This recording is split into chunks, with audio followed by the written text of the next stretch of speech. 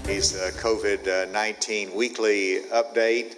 I'm pleased to be joined, as usual, by Secretary Jose Romero of the Department of Health, Secretary Johnny Key of the Department of Education, and today we have a couple special guests, which is Dr. Michelle Smith, the Director of the Office of Health Equity at the Department of Health, and Dr. Marlene Battle of D&D Pharmacy here in Little Rock. And a special treat today, we have Dr. Dillahay, who has not been here recently, so welcome and thank you for your work. And of course, Colonel Rob Ader as well, who's leading our vaccination administration work. Today, we'll give our usual case report, vaccination report, and I want to emphasize today the importance of getting vaccinations out in our minority community, which currently is behind in terms of their vaccination as compared to the percent of the population. And so we want to continue to emphasize the equity of our vaccine distribution and how important it is in every aspect of our communities here in Arkansas. Let's first look at our case report, which puts everything in perspective. On the top left is our cases over the last 24 hours. We see an additional 163 cases in Arkansas, new COVID cases. This is a little bit lower than last week, the same period of time. We're hovering around the same numbers through the course of the week, not going up, not dramatically going down. We have a small reduction in active cases. Sadly, we have 5 new additional Arkansans who have died from this. And hospitalizations are up 7 and ventilators are up 3. Not enough to establish any trend. They're still in a very low number, but I asked Dr. Romero and Dr. Dillahay, do we still have community spread of COVID-19 in Arkansas? And the answer was yes. And that's just a reminder to us that when you think about 163 Arkansans that we have tested positive for COVID-19, you multiply that by a higher number that are likely to be infected in Arkansas that just haven't been tested, then you're getting to see a number that you have to be mindful that COVID-19 is still in our communities, and whenever we're getting people vaccinated, you don't want to catch COVID-19 when the vaccination is available to you. And so that is really an important reminder for everyone. If you look at our vaccinations, on our bottom left, we've had 58,000 new doses received from yesterday. We've distributed 25,000 doses of the vaccine, which is a good performance for 24 hours. The percent, of course, does not go up whenever we get the load of vaccines that come in. If you look, though, at those that have been partially immunized at 357,000 and fully immunized at 477,000, you add those together and you have well over 800,000 Arkansans that have been partially or fully immunized. And the more that goes up, the better chance we have of decreasing the likelihood of our cases going up. Our testing remains light, but that's understandable whenever you have a low case count and people are getting immunized. If you go to the next one, I wanted to break down a little bit of the population.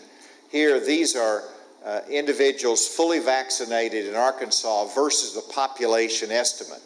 And so of white Arkansans, you have 77% that have been vaccinated, with 81% representing the population. So that's 77% of all vaccinations out there have gone to white Arkansans. In contrast to African Americans, you see that 10% of all of the vaccines are going to African Americans, but they represent 15+% of the population. The other numbers, are very, very close, but it shows that we have to continue to work to overcome a historic reservation and concerns about vaccination in the minority community. And that's why I appreciate the work of our Minority Health Commission as well as our Chief Equity Officer that works on this. If you go to the next one, you'll see an age breakdown, and this is encouraging because 65 plus is the age group with the greatest vulnerability to hospitalization and death because of COVID-19. And here we have 19% partially vaccinated, fully vaccinated 45.3%, and so that is 64.5% of our 65 plus population has been vaccinated. We want to keep that high, we want to get it higher, but this is good news for that population and the success of our vaccination efforts. And then for those who want to get a vaccination, 16 plus, please call the vaccine call line 1-800-985-6030.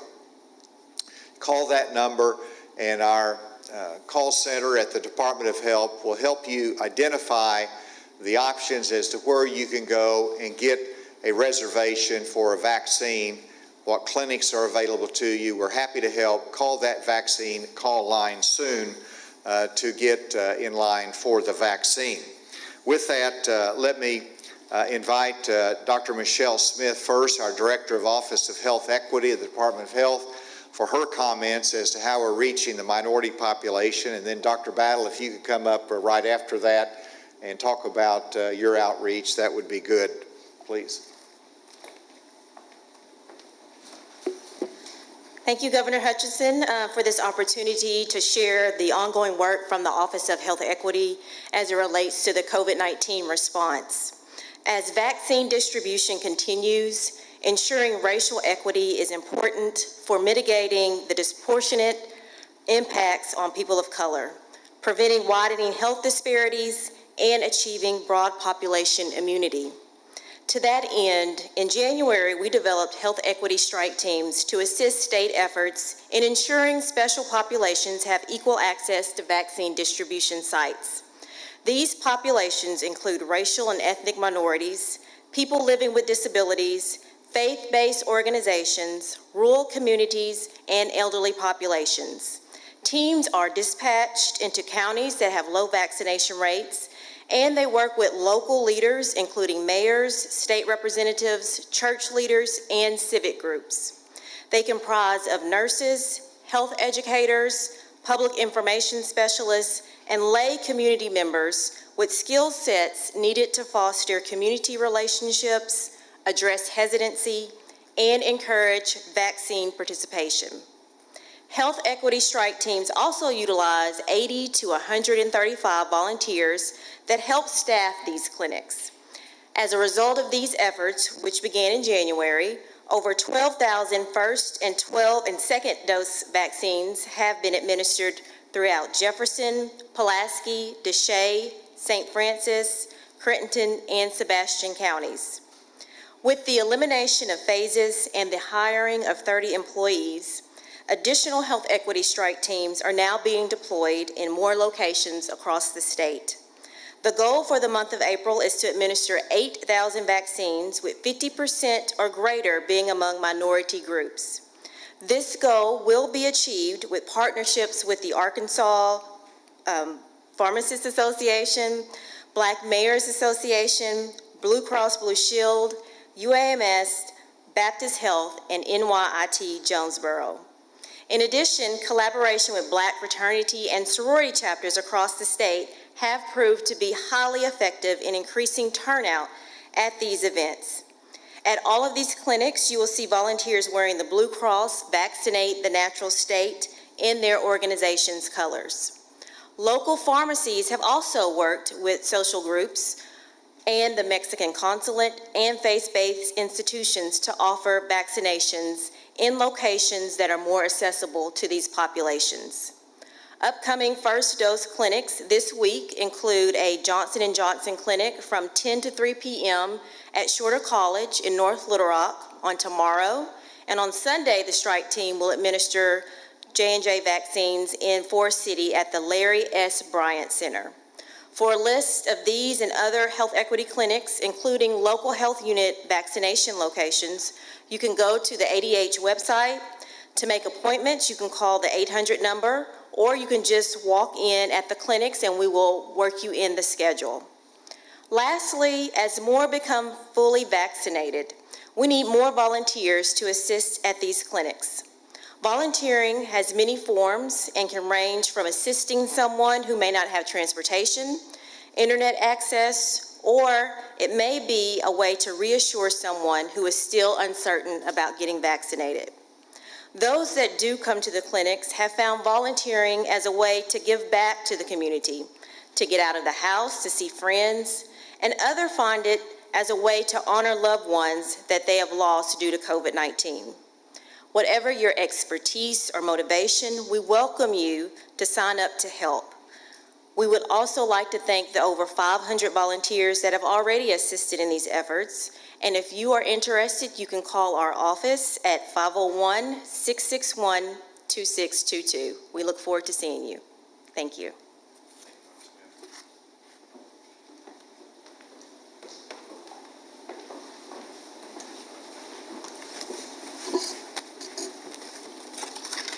Good afternoon.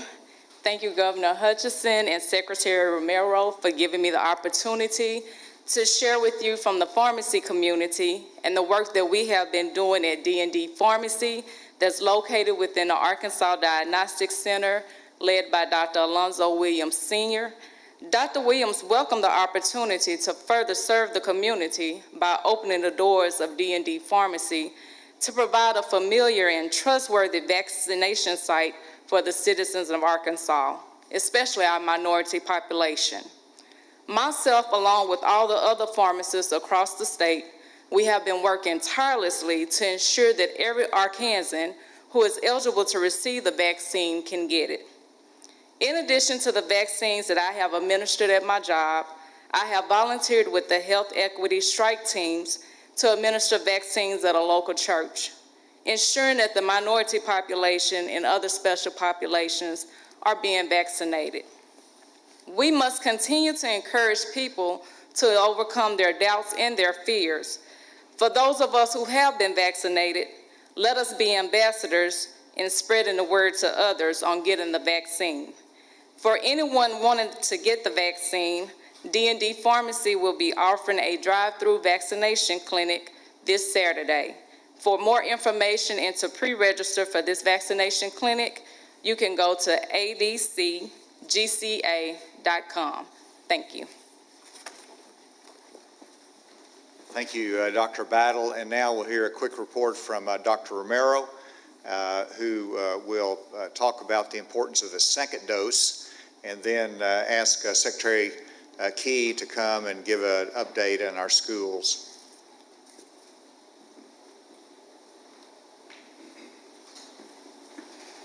Thank you, Governor. Good afternoon. I want to remind everyone of the importance of getting the second vaccine dose if you have received either the Pfizer or the Moderna vaccine. Remember, only the Johnson & Johnson vaccine is a single-dose vaccine. We're starting to see increasing numbers of individuals that aren't returning or have missed their second dose, and we want them to please catch up on that. Now, even if you miss your window, you can call the 1-800 number and we can tell you where to go to get that second dose. It's very important that you become fully immunized with the vaccine. We are doing well and striving to reach minority communities, and that has been spoken to already. With the Governor's permission, I will direct a few words to the Spanish-speaking population that might be listening. Quiero decirles que es muy importante de que consigan la vacuna. Está disponible en muchos sitios en este momento. La vacuna es gratuita. No se requiere de licencia ni de ciudadanía para recibir la vacuna. La vacuna es segura y eficaz. Previene la hospitalización y la muerte en el 90% o más de los casos. Entonces, por favor, tomen esta oportunidad de vacunarse y también hablen con sus vecinos, su familia, para que ellos también reciban la vacuna. Cualquier persona de 16 años en adelante pueden recibir la vacuna. Thank you very much, Governor. For Secretary Key, I did want to set the stage that it is important for those 16 plus to get vaccinated, which means some of those that are eligible to be vaccinated are still in high school. and we have vaccines that are available. We want to utilize those in the schools that want to make sure the students have vaccines that are available to them. And we really want to pilot this now while school is in session so we can be ready for the fall. And the fall, of course, we hope that we will have FDA approval for use of the vaccine in 12 and above so that we will have a very comprehensive vaccination program available for our students at that age. And so with that, Secretary Key.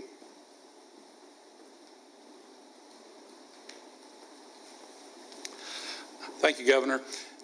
The school year is beginning to wind down. This week marks the beginning of our testing window, and yesterday, being the first day, we administered over 44,000 tests across the state. That shows that we are getting back to normal, and we are doing the things that our kids expect, our families expect, and the things that our teachers need and our schools need so that they can understand what the impact of this COVID-19 situation has done to the learning on the student level. As the governor said, it's very important that we consider the eligibility of those that are 16 and over and the opportunities that we might have in our schools to be able to administer vaccines to those students that are eligible. Would just say that that is something that we will be working with the health department, with the physicians groups, the primary care physicians and pediatricians, and our school districts to help set up these opportunities, because if we can get more of these students their vaccine, both doses of their vaccines, Dr. Romero, before school's out, it will help us set the stage for a good summer and, as the governor said, returning to school in the fall. Thank you, Johnny. And with that, we'll take any questions. Andy, do you have anything? Are you concerned about just the overall pace of vaccination? Seems to be slowing down in some parts of the state. And anything that you think might change that to get more people to get vaccinated? Well, sure. Well, I'm concerned about the race to get everybody vaccinated and how we're doing in that regard. Right now, we have a low new case count, but the national experts say that, when you see the trend line in, 16 states, the cases are going up. You see what's happened in Europe. We recognize, based upon historic patterns, that that could come to Arkansas. And the only way to prevent that is to beat the spread of COVID through more vaccinations. So vaccinations are critically important. We want to get them out as fast as we can. We have to overcome resistance. We have to overcome the challenges of a rural state. And so while we're making a great deal of progress there, everything we can do to accelerate that, and so that people do not take it for granted that we have low cases, some of the restrictions are off, all the restrictions are off. You see people going to Major League Baseball opening day with the Texas Rangers, and so people relax and they think it's not something we need to worry about. It is, and we still need to get vaccinated. So yes, that's the emphasis on it. That's one of the reasons for having Dr. Smith and Dr. Battle here today. Let me go remotely, and is there a broadcast journalist from Central Arkansas that has a question? Yes, this is Alex with Channel 7. What are your thoughts on vaccine passports, and would you consider banning them as Governor Abbott just did? My second question is regarding the House that just overrode your veto of HB 1570. Do you have a reaction to that? First, in reference to the idea of the vaccine passport, I think we have to give latitude toward businesses and the private sector so that if an employer wants to have everyone vaccinated in their workplace, that they have the prerogative to do that. We have drug testing, and if they have a sensitive environment, they want to make sure you have the highest quality of precautions against COVID, then that's the private sector and their right to protect their workplace. No, I don't think that it should be a condition of travel. So I think you have to hesitate about that. But I want everybody to get vaccinated. But and I know that there will be some venues that will require vaccination, and it will allow access. You look at the cruise lines right now that are looking at opening back up, and they want to be able to do business, but it's an assurance if they have people that go on the cruise line vaccinated. If I was going on a cruise line, I would feel more comfortable if they had an all-vaccination policy. That way you feel safe. And so I think you have to give latitude to the private sector. As a government, no, the state is not going to be requiring and mandating vaccinations. Is there another question? Yes, this is Melissa Zigowitz with THV11. Recent CDC numbers show variants of concern may make up over half of new COVID cases nationally. Do we know how many of Arkansas's new cases are caused by variants of concern? I'm going to let Dr. Romero comment on that. Before I do, I should have answered the second part of the question before, and that was my reaction to the House overriding my veto on House Bill 1520, the one that I vetoed yesterday. As I said yesterday, I fully expected both the House and Senate to override the veto based upon the large majority that supported it initially. So I don't consider it a surprise. I stated my convictions and belief yesterday, and I understand their vote and the support for it in the House and Senate. With that, Dr. Romero, do you want to comment on the variants?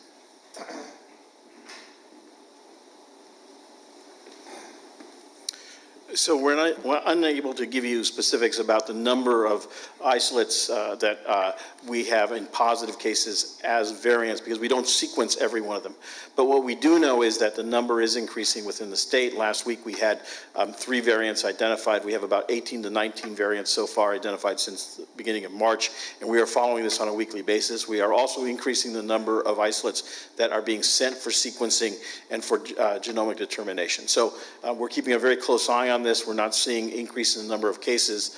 We know that these variants are highly transmissible, and they have an increased virulence, if you will, or lethality. Thank you. We'll turn the microphone open for anyone who has a question. Sure, Governor. This is Benjamin Hardy with the Arkansas Nonprofit News Network. So as far as the outreach to the African American community goes, as I know you're aware, there's been a lot of polling that shows the groups that are most hesitant to take the vaccine tend to be Republicans and white evangelical Christians. And I just wondered if there is going to be any sort of specific outreach targeted towards those groups, either through churches or other means. I think they're doing fine. There's some resistance, but our focus today is on the minority population and getting it out more broadly as a whole. And so, in terms of our advertising campaign, we have influencers, we have those that are respected in the community, we have national leaders that are communicating it, and so and we're also utilizing our employers and the education that takes place in the workforce. I just talked yesterday to Rajesh Shakani, the Chief Operating Officer of Wellspun, and he talked about what he did in his workplace of bringing in physicians that taught the workplace and talked to them about the safety and efficacy of the vaccine and encourage those. And as a result of that, the percent went way up. So it's an education effort that we're doing every day. Is there another question? Good afternoon, Governor. Good afternoon. It's Brett Rains with 4029 News. 2 quick questions. The CDC announced nearly $30 million for COVID vaccine expansions. Caveat is 75% of the funding must focused specifically for ethnic minority communities. Can you comment, has Arkansas received plans to use those funds? And second question is for Dr. Romero, who was in the Fort Smith area Friday speaking specifically to members of the Latinx community. Was that effective? How did that go? And just a comment from him after your response. Thank you. Did you get that, Dr. Romero? Why don't you answer that part of the question?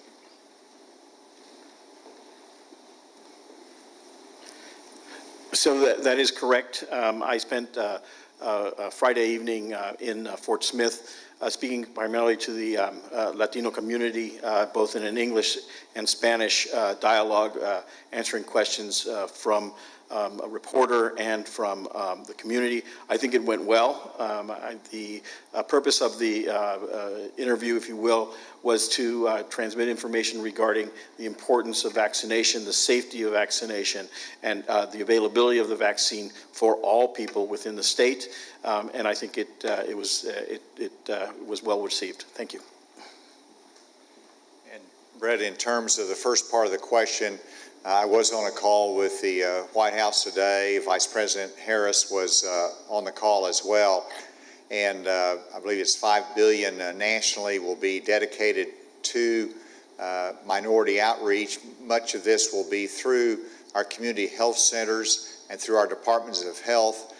We're still waiting details on the allocation of that money. Right now, money is not an obstacle. We have resources that we're putting into play to make sure we have those outreach programs. There could be some particular assistance in, they mentioned that it could be available to use for actually going door to door, marketing the vaccine and trying to encourage everyone to get the vaccine. So we will stay tuned. We'll continue to look at the specific guidelines as we have opportunity to access those funds. Testing, is that being affected in any way by the lifting of the mask mandate? And is there any penalty for students who don't want to take the test?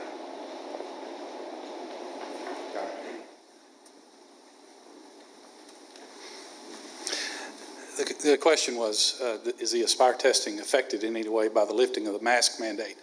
I would say that no. I mean, by the first day's numbers, it's apparent that there's a very strong day of testing. So our schools are trying to, many of them are getting an early start on that. The window lasts, I believe, over the next 6 weeks.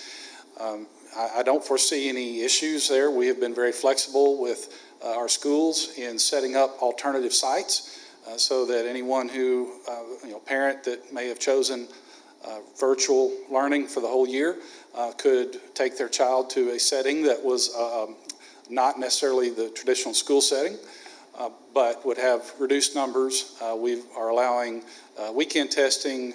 We're allowing many options that were not available in the past, so that any fear could be remedied by those options. What was the second part, Andy? Penalty for masking. There is no individual penalty to students for not testing. We are encouraging everyone, whether they are in person or whether they are remote, every parent to have their kid their student tested. Allow them to come on site, allow them to experience these alternative situations so that they can test in a safe environment. But there is no individual penalty, there is no student level penalty. The aggregate that we're shooting for is 95%. We will look to see where we are at the end of the testing cycle and determine, and we have been in contact with the U.S. Department of Education, and at that point we can determine whether we need a waiver from the federal 95% requirement. Is there a final question? Yes, Governor, now that it's been a week since you lifted the mask mandate, some people may have observed changes in behavior, people not wearing their masks. What have you observed, and does it concern you? Actually, I've been impressed with the response. I've been to church services in which everyone is wearing a mask in the church service. you feel very safe. You go into restaurants and, I had a telephone call and it reminded me to get my mask on. And so the businesses are making their decisions to keep their workplace safe. You see schools responding. Some of the rural schools are lifting the mask mandate in the schools. Some of the urban schools with a denser population and number of students, are keeping the mask mandate in place. To me, that is the essence of community influence on the mask and how that should be handled. And that is really where we are with the virus today. With a low number of cases, I think we're at the right spot with that. And I've been very pleased with the response and the responsibility that everyone has demonstrated since the statewide mandate was